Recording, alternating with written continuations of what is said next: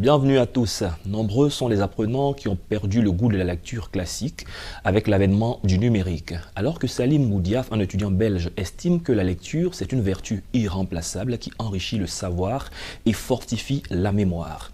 Ici en Côte d'Ivoire, Nicole Kanga, une assistante de direction, une passionnée de l'écriture et de la lecture, écrivaine auteure de plusieurs livres dont Naufrage et Bouée de sauvetage. Elle est l'initiatrice d'un concours de dictée dénommé Lectitude. On en parle dans cette émission. Bienvenue Nicole. Merci Monsieur Eumon. Un concours de dictée, on le voit le plus souvent à l'école primaire. Oui. Il est dénommé Lectitude. D'accord, Lectitude, qu'est-ce que ça signifie? Lectitude, il faut dire que ce n'est pas un mot du dictionnaire. Et lectitude est la contraction de deux mots, dont lecture et attitude. Alors, on entend par lectitude le fait d'acquérir, en tout cas de prendre des dispositions pour avoir une bonne attitude à travers quoi? À travers la lecture. À travers la lecture, d'accord. Un concours de dictée, à quoi il répond? Il répond à déceler de nouveaux talents littéraires. Il encourage également les gens et les autres à faire moins de fautes. Aussi, il encourage la lecture, donc à s'intéresser aux livres. D'accord, parlons justement de fautes. Quel est votre constat aujourd'hui? Est-ce qu'on fait moins de fautes? On fait plus de fautes qu'avant? En tout cas, le constat est que les fautes sont de plus en plus multipliées dans les publications, les documents, les rédactions, voilà, etc. Quand nous voyons déjà sur la toile les réseaux sociaux Facebook, le monde est tellement en urgence, tout le monde est pressé, alors on ne prend pas la peine de relire ce qu'on a écrit avant de le publier. Pareil pour les SMS. D'accord, vous dites qu'on ne prend pas la peine de se relire, mais oui, quand les bases aussi peut-être sont faussées, quand bien même on se relirait, oui, c'est tellement que la faute continuerait. Quels sont les facteurs qui font qu'il y a beaucoup de fautes dans nos lectures, dans nos rédactions un peu partout? D'accord. Déjà, l'intérêt, en tout cas le peu d'intérêt que certains accordent à la lecture. Parce que lorsqu'on lit, on retient des mots qui enrichissent notre vocabulaire. Et à l'avenir, si on doit réécrire ces mots, je pense qu'on a déjà retenu l'orthographe. Donc, ça peut au moins jouer à la correction de certains mots. Aussi, le fait que j'ai parlé tout à l'heure d'urgence.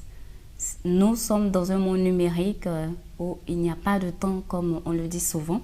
Tout le monde est pressé et on se dit si il faut passer tout son temps à lire, à relire, on perdra, au fait du temps, on perdra de l'argent.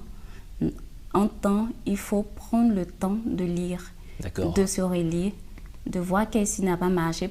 Peut-être qu'à la deuxième lecture, à la troisième lecture, on peut déceler les fautes ou les failles qu'on a pu laisser dans nos rédactions. D'accord. Quelle est votre cible? Ce concours vise qui? Tout le monde. Toute personne qui s'intéresse, bien entendu, à la lecture, à la langue française, voilà, et toute personne qui souhaiterait apprendre également, qui souhaiterait enrichir son vocabulaire. Et quel est le principe de cette activité? Du concours. Alors, le concours se déroule en deux phases. La première phase, elle se fait en ligne. C'est-à-dire, d'abord, les participants sont amenés à donner leurs avis sur un thème. Prenons le cas de la première édition.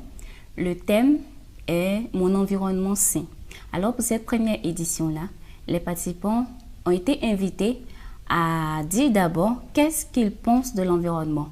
C'est-à-dire, qu'est-ce que selon eux pourrait causer peut-être l'insalubrité au niveau de l'environnement.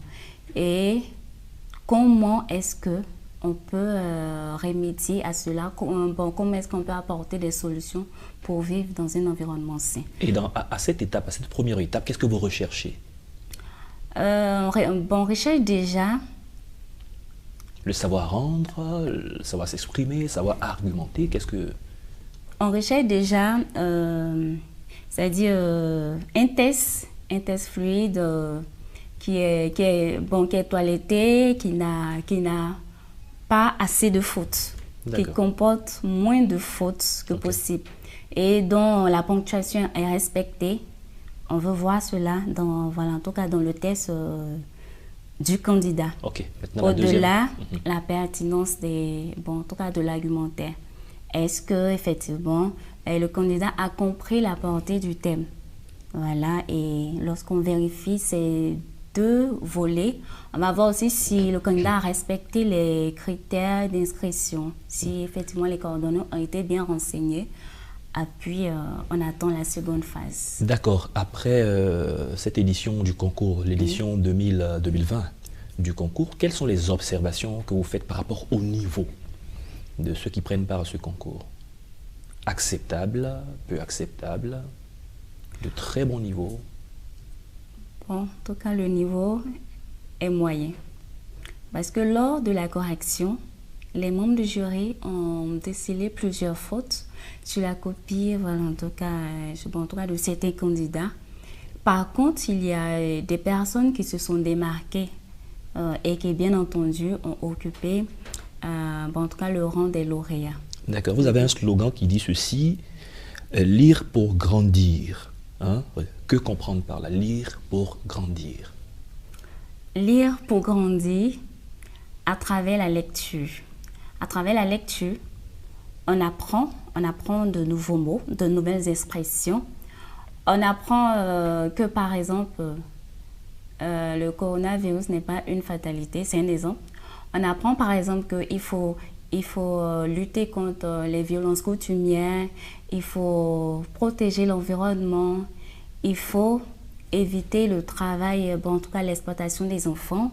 C'est des thèmes qui sont traités dans les livres. Donc, en lisant, on apprend, on prend conscience et puis on prend une certaine hauteur, on est plus mature à faire face à des défis plus grands. On dit parfois que les Africains, les jeunes Africains n'aiment pas lire et que parfois c'est lié à leur culture. Qu'est-ce que vous dites? Je dis que de plus en plus, les Africains s'intéressent à la lecture. Parce qu'il faut grandir. Oui. Je pense qu'on a dépassé ce stade où une minorité s'intéressait à la lecture et les autres étaient laissés pour compte et ne s'intéressaient pas aux livres. Nous voyons des personnes en Afrique qui s'intéressent de plus en plus. À preuve, le concours dicté lectitude a été sollicité effectivement par des Guinéens qui ont voulu que cette édition effectivement fasse l'objet d'une session extraordinaire en Guinée. Et comment ça s'est passé en Guinée par rapport à la Côte d'Ivoire?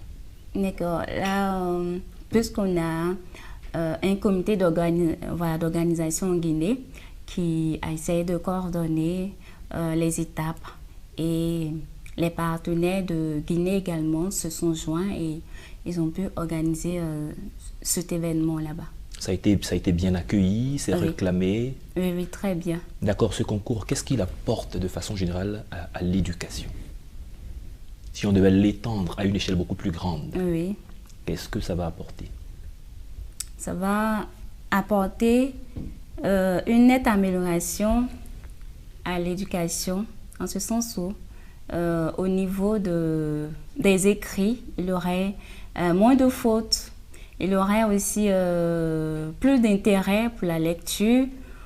Dans les bibliothèques, on aurait plus d'élèves, d'étudiants qui s'intéresseraient aux livres. Et on verrait aussi que le niveau scolaire, le niveau académique va s'améliorer. Voilà. Ça sera sûrement la dernière question. Après cette édition, quelles sont les prochaines activités que vous comptez mener par rapport à ce concours, justement?